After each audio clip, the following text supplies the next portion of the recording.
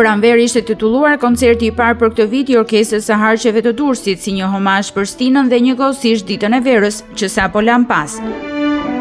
Tingujt e magjishëm të muzikës së kompozitorëve me famë botërore, si Grieg, Vivaldi dhe Ravel, i dhuruan publikut të pranishëm në sallën e QKF Durrës, momente që prekin shpirtin, por dhe ndjenjat më të bukura të njerëzit.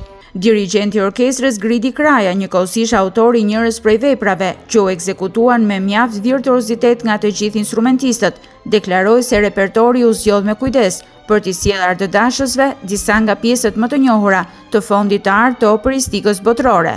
Duhet një pavan nga Ravel, duhet një pjesë e ime për harqe, luajm një koncert për flaut nga Vivaldi dhe përmbylli një Grieg suita e Holberg.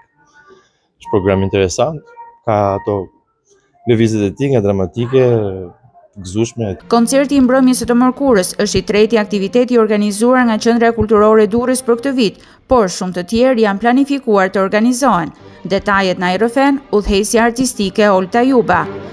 Do të kemi rreth 1 ose 2 koncerte në muaj deri në dhjetorin e vitit 2026, ku 8 prej tyre do të jenë të Orkestrës së Harqeve, 8 bandës së qytetit dhe 2 prej tyre të Korit të rinjve.